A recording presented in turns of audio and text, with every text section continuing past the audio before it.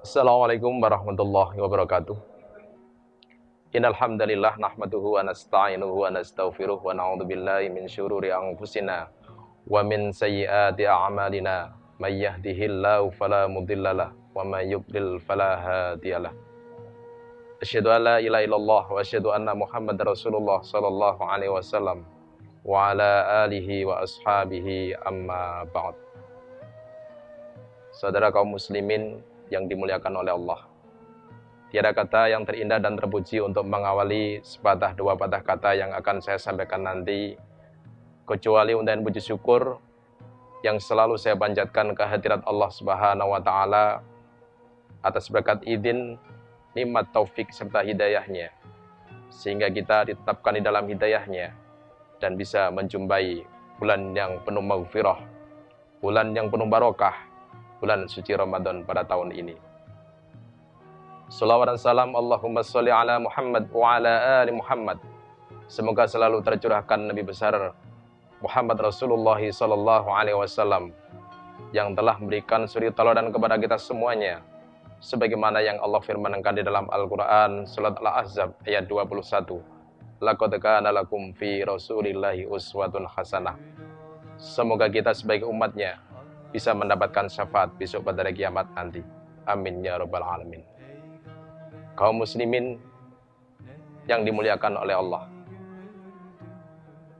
pada bulan suci Ramadan ini Allah Subhanahu wa Ta'ala memberikan sebuah madrasah, sebuah sekolah kepada umatnya dengan Allah mensyariatkan puasa, dengan harapan madrasah ini outputnya membentuk orang-orang yang takwa, sebagaimana yang Allah syariatkan dan Allah firmankan di dalam Al-Quran.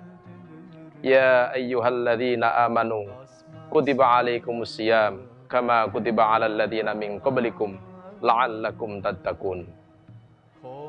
Yang artinya, wahai orang-orang yang beriman, telah diwajibkan untuk kamu sekalian kewajiban untuk berpuasa sebagaimana orang-orang sebelum kamu sekalian, dengan harapan supaya kalian bisa bertakwa.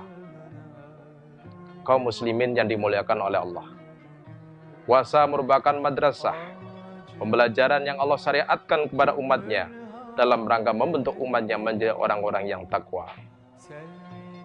Di bulan suci Ramadan ada sebuah pemandangan yang begitu menyejukkan di dalam hati ketika kita lihat kaum muslimin berbondong-bondong melaksanakan sholat tarawih, sholat tahajud di tengah malam, dan berpuasa di siang hari. Itu sebuah pemandangan yang sungguh mengharukan.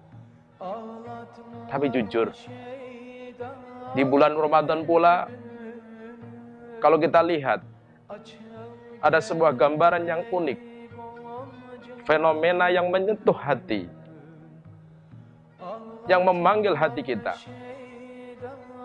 Dimana kalau kita tengok di sekolah-sekolah dasar, tempat bermain anak-anak kecil dengan tanpa bebannya, dengan enjoynya, anak-anak kita, adik-adik kita menikmati jajan, menikmati santapan-santapan, timbul tanda tanya besar di dalam hati kita.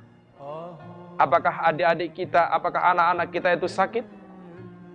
Ternyata tidak. Apakah mereka nggak mampu? Saya yakin mampu. Ataukah orang tua mereka, yang notabene diri kita sebagai orang tua nggak peduli terhadap anak-anak kita, adik-adik kita? Kaum muslimin yang dimuliakan oleh Allah, maaf, sangat ironis sekali. Mungkin sebagian orang tua, sebagian dari kita sebagai orang tua mempunyai satu argumentasi, mempunyai satu alibi bahwasanya anak-anak kita nggak punya kewajiban untuk melaksanakan syariat Islam, belum punya kewajiban, bukan termasuk mukallaf. Mungkin mereka berdalih, punya argumentasi apa yang dikatakan oleh Nabi Apa yang dikatakan oleh Rasulullah sallallahu alaihi wasallam, rufi'al qalam an thalathatin anin naim hatta yastayqidha wa anis sabi hatta yablugha wa anil majnun hatta yaqila. Bahwasanya kolam pencatat amal diangkat dari 3 golongan. Dari orang yang tidur sehingga mereka terbangun, dari anak kecil sehingga mereka balik, dan dari orang yang gila sehingga mereka berakal kembali. Sering mereka orang tua berdalih anak-anaknya tidak punya kewajiban puasa karena dengan menggunakan argumentasi dalil ini. Kaum muslimin, pemahaman seperti ini sungguh sangat ironis sekali. Kita tahu, dengan Allah mensyariatkan puasa, diharapkan membentuk umatnya menjadi orang yang takwa. Sangat membanggakan untuk kita sebagai orang tua, mempunyai anak-anak yang takwa. Syariat Islam akan dikerjakan terasa ringan bila mana ada pelatihan dan kebiasaan. Dengan adanya pelatihan dan kebiasaan, inilah menimbulkan sebuah keringanan bagi umat Islam menjalankan syariat Islam. Puasa mungkin akan terasa berat, tapi itu butuh pelatihan dan butuh kebiasaan. Mari kita bangun anak-anak kita yang merupakan aset rumah tangga kita. Kita bangun bersama-sama menjadi orang-orang yang bertakwa lewat madrasah bulan Ramadan ini, melalui melaksanakan puasa di bulan suci Ramadan ini. Kita latih anak-anak kita. Caranya, kiatnya, yang pertama, kita harus berusaha memberikan pemahaman ringan dan urgensi tentang puasa.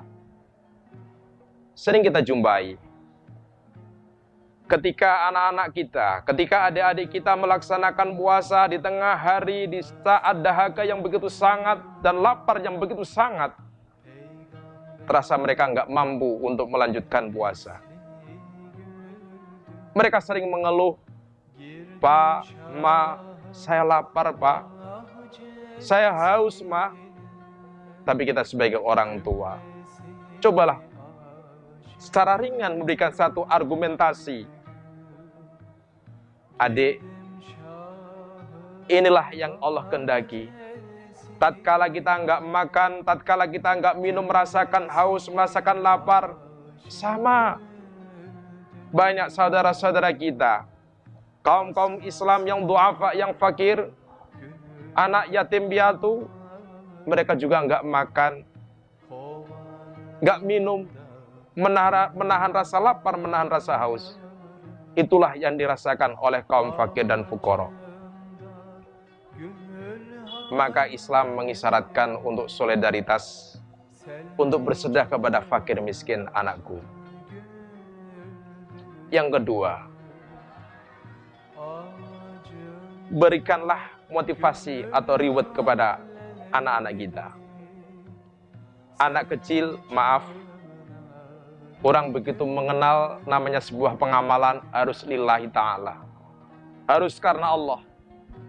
Mereka mengerjakan sesuatu selalu ada tendensi. Kita sebagai orang tua sah-sah saja berikan satu reward kepada anak-anak kita. Nak, kalau kamu bisa selesai puasa sampai maghrib, nanti saya kasih uang jajan lebih daripada biasanya. Kalau mungkin biasanya 1.000, ini 2.000. Sah. Tapi alangkah indahnya, alangkah baiknya pengertian-pengertian ini kita enggokkan kepada jalan yang benar. Adik, seandainya kamu nanti bisa puasa sampai selesai, ini uang 2.000 kamu sedekahkan untuk fakir miskin, untuk teman kamu yang duafa. Yang ketiga, persiapan yang matang. Diusahakan ketika kita mendidik adik-adik kita untuk puasa, diusahakan mereka persiapan yang matang. Dengan memberikan asupan-asupan kepada anak-anak kita, kepada adik-adik kita, sahur dengan asupan-asupan yang sangat bergizi, sehingga di siang harinya mereka fit. Yang keempat adalah membuat kesibukan yang menyenangkan. Buat kegiatan-kegiatan positif di siang hari, sehingga mereka melupakan akan makan dan minum. Yang kelima adalah berlatih bertahap ataupun tadrij. Kita tahu Islam syariatnya selalu bertahap. Sebagaimana Nabi memberikan satu contoh perintah kepada umatnya. Sebagai orang tua mendidik anaknya untuk melaksanakan sholat itu pun bertahap. Hal ini disyaratkan oleh Rasulullah SAW dalam sabdanya, "Muru auladakum bisolah wahum abna'u sab'a sinin, wadribuhum 'alaiha wahum abna'u asyra sinin." Kata Nabi, perintahkanlah kamu sekalian kepada anak-anak kalian dengan sholat tatkala mereka 7 tahun. Dan pukullah mereka ketika mereka usia 10 tahun karena meninggalkan sholat. Dalam kaitan ini, puasa memang dilaksanakan mulai terbitnya fajar dan tenggelamnya matahari. Tapi karena ini dalam rangka pelatihan, mungkin ada istilah puasa sampai beduk, puasa separuh.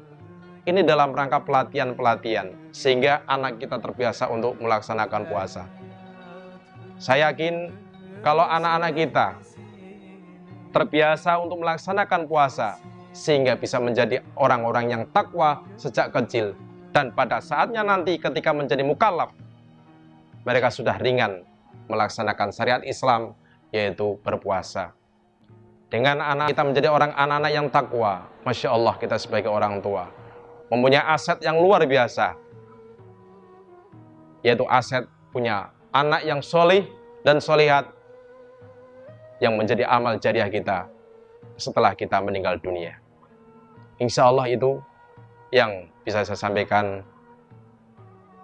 Ada kurang lebihnya saya mohon maaf yang sebesar-besarnya. Wabillahi taufiq wal hidayah. Wassalamualaikum warahmatullahi wabarakatuh.